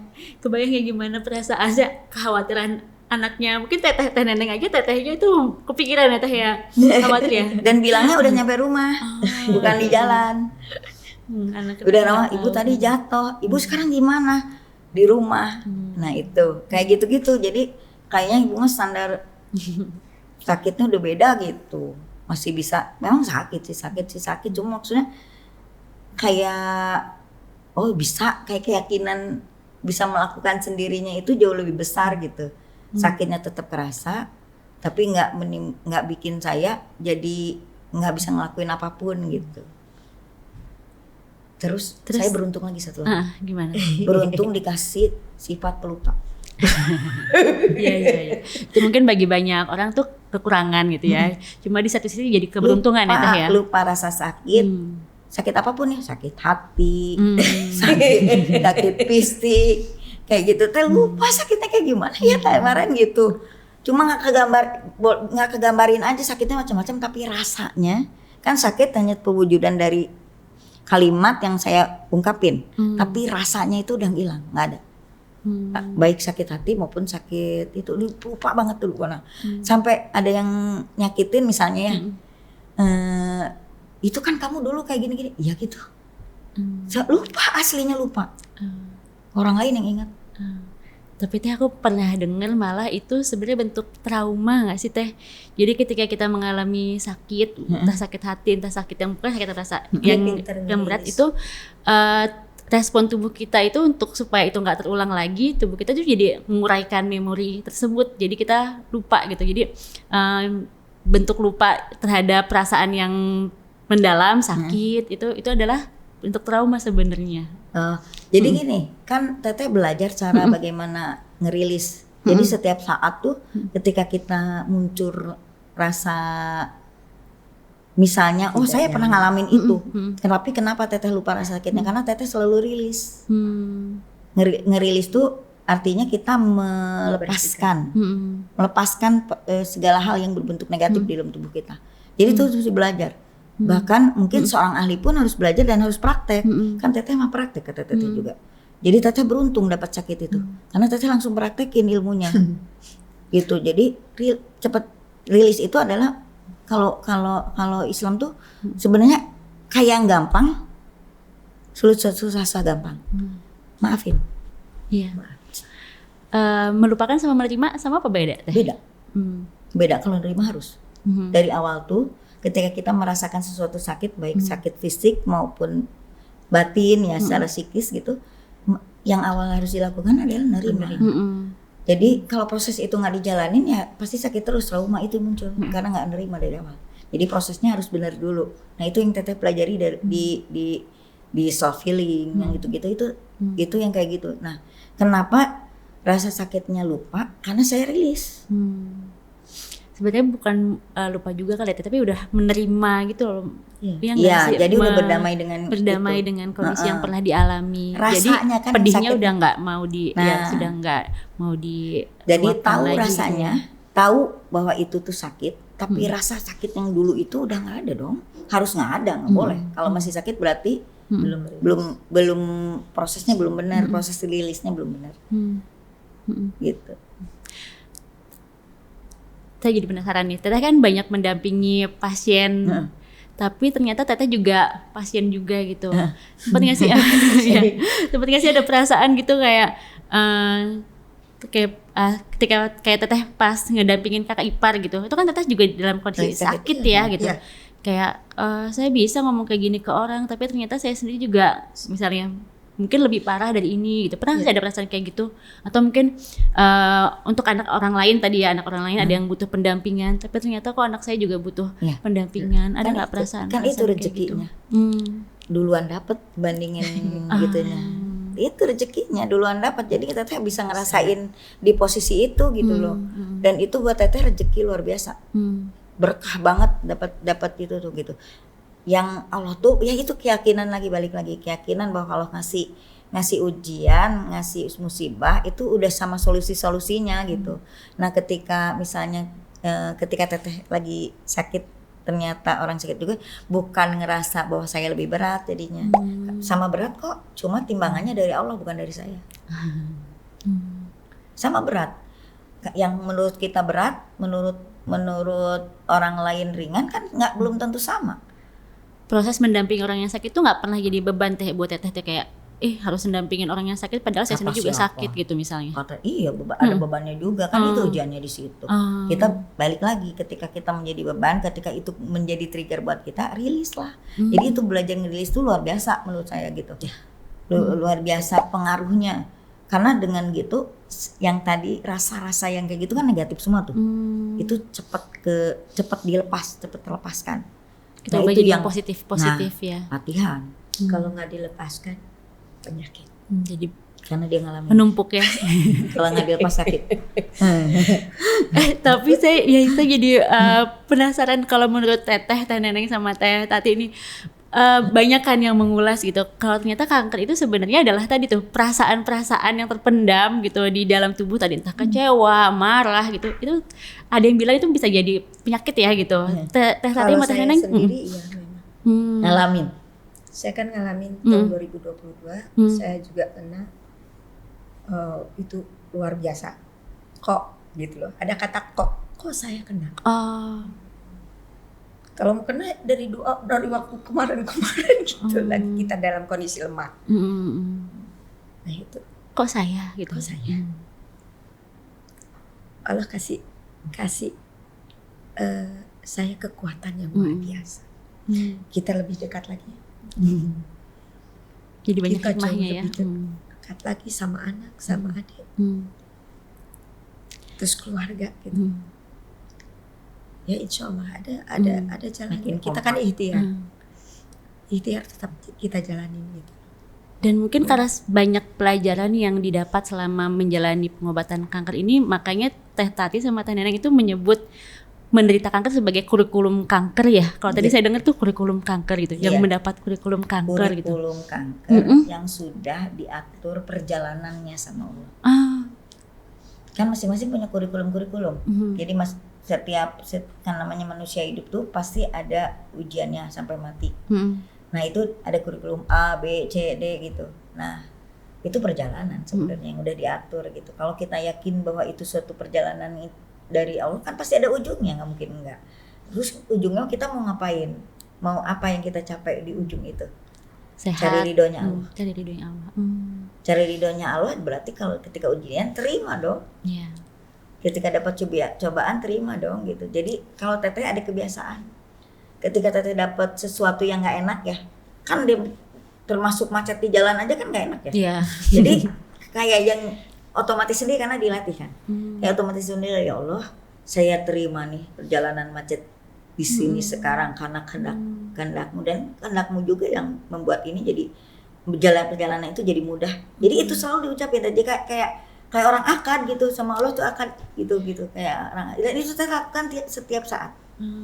Kalau ada yang nggak enak aja. Itu misalnya ketemu yang curhat kan orang beda-beda ya. Yang curhat penyakit ya terutama. Itu yang namanya kanker tuh 100% energinya negatif. Jadi berarti tadi benar-benar ada hubungannya mengakui ya Teh Tati dan Teh Neneng ya. Kan kealamin sendiri emang Teteh selalu positif kan enggak, kenapa jadi kanker kan ada yang negatifnya lah. Dan makanya belajar untuk itu ya, selalu positif makanya ya. Iya kan dari kanker jadi belajar tuh. Jadi kanker itu sarana belajarnya luar biasa dari Allah gitu. Jadi yang sebagian orang pikir itu sebagai ujian, Teteh ngelihat bukan ujian jadinya kata Teteh juga gitu. Kurikulum ya. Jadi ya dikasih keberkahan justru kalau kita dapat hikmahnya kan jadi berkah gitu. Jadi ngejalaninnya dengan cara apa? Cari gitu. Nah yang Teteh dapatkan itu, jadi Teteh dapetin itu semua gitu. Jadi makanya ketika berbagi sama teman, berbagi sama orang, bahkan istilahnya mah kalau ini menurut pengakuan teman-teman yang pasien ya, bilangnya gitu ya ada dokter mah nggak ngerasain. Pasien banyak yang ngomong kayak gitu, dokter kan nggak ngerasain. Tapi begitu Teteh ngomong, kan Teteh ada di titik itu. Ada meskipun jenisnya beda, kankernya beda, tapi Teteh mengalami apa yang orang lain alamin lebih dulu. Itu beruntungnya Teteh. Teteh merasa beruntung bahwa Teteh ngalamin lebih dulu. Allah mempersiapkan saya sampai di titik ini tuh kayak perjalanan yang sudah diatur sedemikian rupa supaya Teteh ada di sini, ada di titik ketika Teteh di puncak itu mudah-mudahan insya Allah ya itu selesai gitu, nggak ada lagi, nggak ada lagi. Sekarang kondisinya udah alhamdulillah, alhamdulillah. Akhirnya Teteh diambil kan gitu, di mastektomi tahun 2021 di Jogja oleh dokter Sagiran gitu. Di mastektomi oleh dokter. Di situ belajar banyak, belajar bagaimana caranya membersihkan diri, meruqyah diri sendiri. Jadi banyak dari sini belajar apa, dari sini belajar apa. Ilmunya jadi luas banget ya Teh ya. Bahkan dari secara medis aja Teteh dapat banyak pandangan ya, yang Chinese, yang kalau misalnya di mastek berarti kan yang konvensional kedokteran biasa juga Teteh terima. Kemudian yang sempat tadi Teteh jalani yang membuat Teteh bersih itu juga kan medis juga, tapi di klinik itu ya, klinik yang mungkin bukan kedokteran gitu ya, bukan kedokteran. Banyak banget ilmu yang Teteh dapat dan semua sebenarnya bisa dikombinasikan gitu ya Teh? Bisa, sangat bisa, sangat bisa. Teteh yakin banget gitu, dan itu yang memang jadi concern Teteh sekarang gitu. Oh ini masyarakat luas tuh harus dikasih edukasi bahwa pengobatan itu ternyata luas. Kita tinggal ngosongin aja di otak kita supaya kita bisa diisi kan, kayak wadah mau diisi harus kosong dulu lah. Kalau udah luber ya Kalau udah penuh ya luber, nggak akan ada yang masuk, jadinya sama gitu-gitu doang. Jadi kalau kita mau nerima tuh harus kosong dulu. Terbuka dulu. Nah, jadi di konsen teteh yang sekarang itu ingin membuat masyarakat umum sebenarnya paham bahwa pengobatan itu begitu banyaknya, begitu luasnya, dan bisa jadi pengobatan yang tadinya kita pikir bukan bisa menyembuhkan kita, membuat kita sehat, justru itu Jadi jalan kita kesembuhan. Jadi teteh ingin membuka itu karena kan dari dunia medis teteh belajar juga dari di lavender itu untungnya lavender. Di lavender itu gimana mereka caranya mengelola pikiran, bagaimana mereka menjaga makanan kayak gitu-gitu, terus Untuk lukanya. bagaimana gitu merawat luka. Kan teteh dulu waktu COVID nggak bisa ke rumah sakit kan, merawat luka sendiri jadinya. Ya, kita bayangkan lagi zaman pandemi saat itu ya. Iya. Kalau misalnya kita sakit, orang yang kena COVID aja nggak dapat bed gitu ya. Gimana kita memang sudah ada penyintas penyakit tertentu gitu ya, seperti kanker gitu. Bagaimana susahnya mendapatkan pengobatan, pendampingan dari tenaga medis gitu ya. Susah. Mau ke rumah sakit kan susah banget. Yang Nggak penting bisa. berpikir positif. Dia positif banget. Jadi bahwa waktu COVID itu hampir seluruh keluarga kena. Oh iya. Seluruh keluarga kena, dan pada waktu itu dia kena musibah itu. Iya. Muncul lagi kankernya ya. Kankernya ini berbeda dengan yang waktu itu. Yang waktu awal. Jadi ini luka. Lukanya yang lebar dan dalam. Oh. Dia obatin sendiri. Dari situ mulai saya baru mendampingi beliau karena saya sudah tidak Merawat kakak orang saya tua sudah lagi ya. sudah tidak ada. Nah, di situ dia lukanya yang luar biasa, besarnya dan dalam. Jadi walaupun sama-sama kanker payudara, cuma derajat keparahan kankernya mungkin beda, beda jenisnya ya. juga beda. Jenisnya juga beda. Dia rawat sendiri, Bersihin sendiri. bersihin sendiri. Jadi Pakai kadang-kadang nutupin saya sendiri. itu yang menangisnya di situ. Dia tidak bilang bahwa dia kena musibah, karena memang kakak saya juga di situ tinggalnya. Jadi kakak Kakak ipar saya tuh kakak ipar saya itu kanker cancer juga, tapi udah bebas penyebaran kemana-mana. kemana-mana. Oh, Jadi saya ambil ke rumah untuk dirawat di Di rumah. rumah. oh. Ibu Teh Tati sama Teh Neneng tuh 4 bersaudara Bersaudara, gitu ya. Ada yang paling besar, Ada yang paling besar itu laki-laki. laki-laki. Istrinya juga menderita kanker. Kanker ya. Nah, dan itu dirawat sama Pengobatannya dia full medis. pengobatan full medis, dirawatnya selama pengobatan itu di rumah. Di rumah. Teh Tati. Dan pada saat merawat teteh gitu, merawat teteh ipar, Dia kena musibah Teh itu. Tati juga kena musibah ya. Nah, yang hebatnya lagi dia tidak bilang. Dia tidak bilang dengan ini. Jadi saya jangan bilang. Karena kalau bilang, dia nggak mungkin, kakak saya nggak mungkin. Pantesan katanya gitu. Dia begini udah. Jadi Nggak kakak bilang saya bukan tuh- karena tertutup ya. Iya. Nggak bilang karena untuk menjaga, karena Kondisi. dia juga dalam kondisi yang sakit. Dua-duanya. Kakak saya stroke, istrinya. Jadi saya ngerawat dua kakak saya itu dalam kondisi memang nggak bisa apa-apa dan memang bergantung gitu loh. Bagaimana mungkin saya ngomong kalau saya sakit, kalau mereka sebenarnya sangat membutuhkan, jadi membutuhkan bantuan orang lah, bukan membutuhkan saya jadi sombong nanti saya bantuan orang gitu. Tapi kan saya yang minta, bukan mereka yang minta. Ketika mereka sakit dan kakak saya itu sampai nggak bisa apa-apa. Kakak ipar tuh nggak Kakak bisa ipar. apa-apa. Nggak Iya, bisa. bahkan miring juga nggak bisa. Kalau kakaknya Bu Tati dan Bu Neneng itu yang laki-laki, Laki, ya. stroke. Iya, stroke. Kalau istrinya itu kanker dan sudah Sudah menyebar kemana-mana. kondisi Udah tidak nggak- bisa nggak apa-apa. bisa aktivitas. Sampai Tapi dengan- sekarang. Iya. Dengan Sampai sekarang. Sudah. Oh. dua-duanya.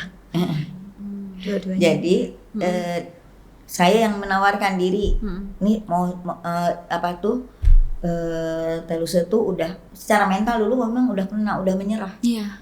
Dia bilang nggak bisa, ayo ke rumah. Jadi saya paksa emang ke rumah. Tadinya nggak mau. Kalau Iya. kemo tuh pakai ambulans. Oh, Kalau karena nggak bisa Berobat nggak pakai bisa ambulans. Nggak bisa. bergerak Naikin ya, nggak juga bisa. harus diangkat. Jadi bawa ke rumah dari mulai mandiin aja di tempat tidur. Teteh. Itu di Ya, rumahnya semua. 5 bulan nggak mandi. Saya sampai rumah teh mandi ya. Habis Habis mandinya di mana? Di tempat tidur. Nanti gimana kotor semua ininya gitu. Lantai jadi nggak bersihin gitu. Jadi nah itu mulai sedikit-sedikit mulai akhirnya bisa duduk, bisa jalan dan menikahkan anaknya. Dia bisa berdiri, bisa bahkan sampai resepsinya bisa di panggung. Dari nggak bisa apa-apa, bahkan miring harus dibantu. Dan di kondisi itu Teteh juga lagi sakit lagi. Iya. Di bulan Iya. jadi kita operasi dengan kondisi yang lagi pandemi. Kita cuman pakai pesawat cuma 4 orang. Dia sudah nggak ada, udah ngucur terus kan ininya. Ini cairannya kan Karena operasinya tadi di Semarang ya, di mana? Di Jogja ya. Bantul. Di Bantul. Jadi kebetulan masih ada tuh dari Bandung pesawat, kalau sekarang udah ada ya. Jadi berempat aja di tuh pesawat. Hanya satu pesawat kayak orang pesawat lain pribadi. Wah. Gitu. Nah, mau operasi itu juga melewati banyak banget. Dari nikahin anak, kesakitan luar biasa, udah sampai pakai painkiller, nggak mempan juga, sampai kejang-kejang gitu. Pakai obat penenang. Sampai obat penenang, udah kayak begitu kondisinya. Bahkan untuk bangun aja udah kesakitan gitu, kayak ditarik semua nih otot tuh, otot dari payudara ke punggung ke semua ke badan sampai ke otak tuh kayak sakit gitu, kayak ditarik semua. Peran kita mendamping itu sangat luar biasa. Jadi pada waktu dia bilang aku kayaknya nggak bisa dioperasi. Karena gitu kan? Kalau sebelumnya Teh Tati itu sangat optimis ya di kanker yang sebelumnya gitu ya. Nah, karena ini kan dokter beda yang bilang, jadi dokter yang bilang bukan saya yang berkesimpulan, dokternya bilang nggak bisa. Makanya Jadi bilang dia ke Teh Neneng nggak kuat gitu ya. Bukan tidak kuat, kita supportnya itu bahwa ya udah keputusan kamu aku kayaknya nggak bisa operasi deh katanya. Bukan kayaknya, karena itu bukan kesimpulan saya, kesimpulan dari dokter. Sebetulnya operasi karena luka. Lukanya itu kan harus diambil. Oh iya. Takut infeksi. Takut infeksi. Udah banget. Dalamnya segini kayak mangkok begitu. Yang Teteh bilang nggak bisa itu maksudnya nggak bisa operasi? Nggak bisa operasi karena waktu itu ada cairan di paru-paru. Dan dianggap sebagai metastase. Metastase itu adalah penyebaran ke paru-paru. Penyebaran. Jadi dianggapnya sudah menyebar ke paru-paru. Kalau udah ada masalah paru-paru, dokter nggak mau operasi. Dokter paru-parunya tidak mengizinkan operasi. Dokter bedah sih atas izin dokter paru-paru saat itu. Gitu. Jadi istilahnya waktu mau berangkat ke Jogja dengan kondisi saat itu paru-parunya sudah ada yang kerendam gitu, kan ada kemungkinan tidak mau dokternya menandatangan. Meskipun saya datang ke sana maksa-maksa. Ya kan, dokter Sagiran saat itu saya akan operasi, saya yakin bisa operasi, tapi tetap harus persetujuan dokter paru. Gitu. Saya bilang ke kakak, Neng, kalau bisa nggak berhasil operasi, sampai sana ternyata nggak bisa operasi, mau pasantren aja di Sukabumi. Jadi dia bilang udah pasantren, udah. Kalau udah pasantren di sana di titik itu, artinya pasrah, bukan menyerah. Pasrah tuh kan gue udah nggak bisa diapain, terus mau ngapain? Jadi mempersiapkan aja deh gitu. Mungkin sampai dipanggilnya sampai batas usia, mau sakit ya nggak apa-apa, mau sembuh ya nggak apa-apa, terserah Allah gitu. Kan udah ikhtiar, nggak ada yang bisa diperjuangkan lagi. Gitu, paling nanti mau pasantren aja deh gitu, mempersiapkan semuanya. Wah udah di titik ini nih. Ya kita terus-terusan ya. Kan kalau lagi sakit, bayangin aja Mbak, ini sebelum operasi ya. Kalau sakit itu tuh saya kalau selawat sampai teriak-teriak, kejang-kejang Mbak. Melampiaskan sakit sebenarnya. Iya, tapi kan yang ngelihat ngeri. Ngeri lah Mbak. Yang ngelihatnya kan ngeri, karena kan kayak ditusuk. Bapak kayak ada belati nusuk dari belakang itu, sampai kayak tembus ke dada sini gitu dari belakang tuh, kayak gitu, kayak ya Allah ini mau diambil nyawa gitu, kayak gini rasanya gitu. Itu kan katanya sakit ya, jadi sakit itu tuh saya tuh berpikirnya emang ini mau dicabut nyawanya, kok nggak dicabut-cabut, sakit kayak gini gitu. Emang ya pikirannya kayak gitu, karena kan sakit banget, sampai kayak katanya sih bola mata tuh ke atas. Saya kan nggak lihat. Saya tidak pernah meninggalkan dia dari situ. Udah Kemana diasinin pun. tiap hari. Ditemenin sama Apapun teh bentuknya nenek aja. kita support dia itu dari teman-temannya. Pokoknya nggak boleh berkunjung waktu pandemi kan. Iya 2020 ya. Silahkan. Dia soalnya sudah yakin bahwa dia tidak akan tertular apapun, meskipun anak saya kena, keluarga kena, anaknya kena gitu loh. Kita berdua Enggak, Bismillah nggak ada, Alhamdulillah, gitu. Bismillah kuat lah gitu kan ada usaha untuk supaya kan saya tahu teorinya supaya virus itu nggak masuk ke Masuk, badan kita, nggak usahanya apa menyebar. nih yang bisa dilakuin? Nah saya dilaksanain aja deh dari mulai Cuci tangan gitu. Bukan. Bukan. Oh bukan. Saya mah termasuk yang nggak pernah pakai masker. Oh gitu. Dia Kayak yang penakut tuh. Saya pakai masker terus soalnya. dengan Pokoknya macam-macam deh. segala rupa. Misalnya apa teh? Ya dari mulai olah nafas. Ya saya tuh ikut juga terapi namanya PAZ. Ya. Pengobatan akhir zaman tuh namanya. Banyak Terus, banget ilmunya itu iya, ya. terus terapi baking Meditasi. soda. Pakai enema kopi. Wah, Iya. iya, ilmu-ilmu yang Jadi aku aja belum paham pokoknya itu. semua yang menurut Alat. apa yang saya baca dan apa yang saya alami, terus pengalaman orang gitu ya, bisa jadi pengalaman orang, bisa pengalaman sendiri. Ini virus tuh nggak betah di kondisi ini gitu. Terus harus happy kan? Syarat utama sehat cuma itu, nggak ada pilihan. Tadi ya, mind dan soul-nya juga Ya, mesti harus balance, happy. Jadi ya. saya bilang jadi waktu bahkan waktu pertama kali kesakitan ya, saya cuma bilang oh ini ya cara mau nyembuhin lo. Gitu. Oh ini ya cara badan kita melawan sakit tuh sakit gitu, dengan rasa sakit gitu.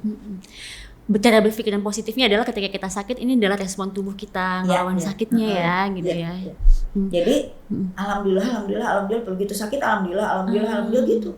Tapi sambil teriak. Luar biasa soalnya.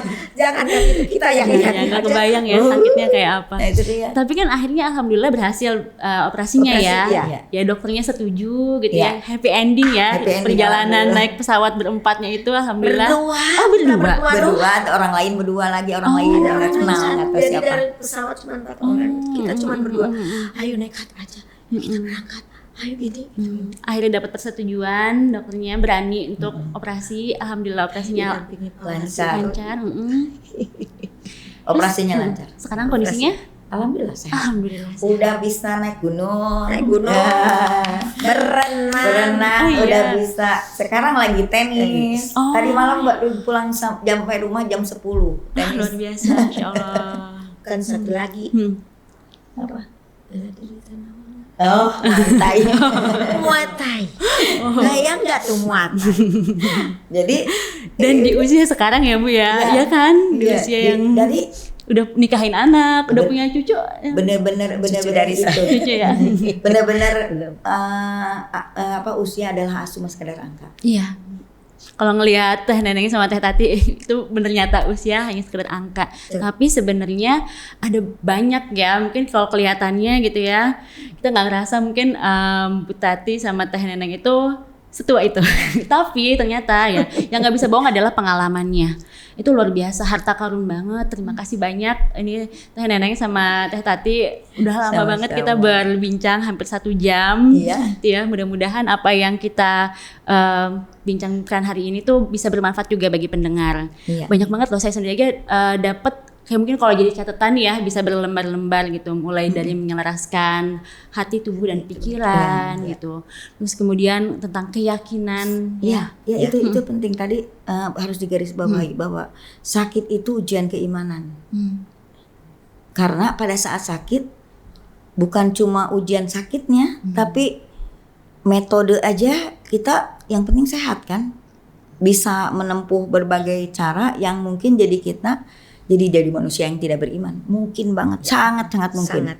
Ya iman itu kan artinya percaya gitu ya. Iya, Artinya kita percaya percaya bisa. ada yang menyembuhkan dan kita bisa. Iya, ujian keimanannya gini maksudnya. Gimana? Jadi pada saat sakit tuh yang namanya sumber apa yang kita dengar, apa yang disaranin tuh banyak. Atau yang misalnya ini terus terang aja ya, ini kayaknya ada pengaruh dari luar sihir bisa. Oh ya. Kayak gitu. Jadi nggak bukan berhenti untuk mengobati, tapi kayaknya harus ke hal yang lain, yang supranatural natural gitu. Nah saya jalanin juga itu, sempat juga hampir terjumus, hampir nggak sampai sih, cuma kaget. Oh ternyata pengobatan supranatural tuh kayak gini. Ternyata mungkin yang salah mungkin ya, yang saya kunjungin yang bukan lurus sesuai dengan keimanan saya. Jadi tapi begitu oh ini menyimpang juga ya gitu, stop. Tapi kan itu yang di situ sembuh banyak. Katanya ya, yang disuruh itu banyak. Jadi cuma pas dijalanin kok gini gitu. Jadi ternyata, jadi kalau kitanya hanyutkan ke situ sekedar karena ingin sembuh kan, jadi bisa jadi kita jadi melakukan dosa syirik gitu. Karena kan percaya sama kekuatan selain Allah gitu. Jadi kayak gitu-gitu. Terus sihir emang ada dalam agama. Tapi kan kita memang cuma mempercayai itu. Jangan sampai kita punya keyakinan bahwa itu yang mengakibatkan kita gini. Ingat aja bahwa ada kekuatan lain yang jauh lebih besar daripada itu. Yang bikin kita sehat, yang bikin kita sakit. Iya. Kita nggak jalanin takdirnya aja ya. Nah itu kayak dikasih jalan. Ketemulah dengan dokter Sakiran yang di samping pengobatannya medis, dia juga ngajarin ruqyah. Ruqyah mandiri. Itu tiap hari. Dokter yang di Bantul itu ya. Alhamdulillah. Nah itu makanya luar biasa. Oke, jadi Teteh sempat dinyatakan sembuh di tahun 2014 itu setelah menjalani pengobatan. Ya. Itu pengobatannya di mana ya Teh ya? Kenapa? Bagaimana cara atau metode pengobatannya yang tadi Teteh bilang bisa berhasil sembuh jadi itu? Waktu tahun 2012 itu kan Teteh ada di fase jeda pengobatan sebelumnya. Nah itu dapat informasi ada sebuah klinik kanker di Tangerang yang salah satu pasiennya adalah teman saya juga. Akhirnya ketemu tuh, aneh tuh energi itu namanya. Ketemu dengan energi yang sama. Lalu teman katanya bagus katanya. Saya tuh pengobatan cuma 3 bulan. Sakit yang sama, sakit kanker juga yang sama. Kesana deh gitu. Cari informasi dulu kan, seperti biasa kebiasaan Teteh, cari informasi, cari healing, cari segala macam, cari info tentang pengobatan ini. Terus Pak Warsito itu penemunya, itu orangnya apa, perjalanan hidupnya gimana, baca biografinya di internet kan ada gitu. Jadi dibaca, udah diputuskan untuk datang ke situ, dan begitu ketemu kayak menjelaskan ini penyakitnya lewat scan yang memang dia ciptain juga kan gitu. Dia menciptakan juga scan buatan alat scan untuk payudara, menjelaskannya seolah penyakit ini tuh bukan penyakit yang harus ditakutin. Lebih gimana ya? Lebih Teteh tuh kayak terbuka gitu. Cara berpikir Teteh tuh kayak terbuka ketika ngobrol dan diskusi soal pengobatan tentang kanker ini dan pengobatan yang akan Teteh jalanin gitu. Karena Teteh sudah baca sebelumnya bahwa pengobatan ini adalah dengan cara memberikan energi listrik sebenarnya secara umum ya, energi listrik tertentu dengan voltase tertentu. Untuk di voltase itulah cara alat ini menyembuhkan kanker, dan hampir minim sekali efek sampingnya. Disetrum. Iya, kayak dikasih energi listrik, bukan disetrum sih, nyerem banget. Jadi kasih energi listrik yang dengan voltase tertentu yang menurut penelitiannya adalah, terus saya yakin karena apa? Ini tuh kalau menurut Teteh ini bukan pengobatan alternatif, tapi alternatif pengobatan. Dibalikin kan itu artinya bisa jadi beda. Alternatif pengobatan yang bisa diuji baik secara keilmuan maupun klinis gitu loh. Jadi sebenarnya ini masuk akal gitu. Kan Teteh yang sebelumnya juga pengobatan medis itu namanya. Tapi artinya semuanya yang secara keilmuan bisa dibuktikan. Iya. Teteh kan bukan orang yang mau berobat ke pengobatan yang misalnya di sini orang sembuh tapi nggak tahu tuh nggak ada dasarnya. gitu. Secara keilmuan dia tidak bisa membuktikan. Itu cuma katanya ini sembuh karena udah berobat itu teteh enggak. Begitu mencari tahu tentang ini kan setidaknya teteh udah tahu dulu bahwa ini ternyata pengobatan yang bisa diterima oleh sebenarnya secara ilmiah. Dan ini diterima di beberapa negara kan sebenarnya gitu. Pengobatan ini. Jadi itu yang membuat teteh memutuskan untuk ini dan akhirnya sehat, dinyatakan clear gitu setelah diperiksa di laboratorium, dan sampai saat ini tetap maintenance-nya pakai alat ini gitu, alat yang diciptakan oleh alat listrik tadi ya ECCT namanya, yang diciptakan oleh Profesor Warsito, dan teteh merasakan bahwa ya itu tadi perjalanan yang tadi dari ketemu di awal, ketemu lavender, ini loh maksudnya gitu loh, bahwa kita harus terbuka sama pengobatan apapun itu ini gitu. Jadi teteh nggak anti medis, tapi juga bukan satu-satunya gitu, bukan satu-satunya pengobatan yang bisa kita jalanin gitu. Intinya sih di situ. Untuk Teh Neneng ada pesan-pesan yang mengakhiri podcast kita nggak nih? Pokoknya yang terkena kurikulum kanker. Ini adalah ujian dari Allah. Jadi bukan ujian dari Allah ya. Jadi semua apapun ada jalan keluarnya. Jadi kesembuhan dan semua harus kita bersabar. Kuncinya satu lagi, ikhlas. Dan membahagiakan orang lain. Kita akan bahagia, itu adalah obat. Baik, terima kasih banyak Teh Tati dan Teh Neneng. Untuk para pendengar, terima kasih telah mendengarkan dari awal sampai akhir. Mudah-mudahan kita bisa banyak mengobrol lagi dengan para penyintas kanker lainnya. Tonton terus Cancer Survivor Podcast. Salam. So, welcome to Cancer Survivor, and this is their story.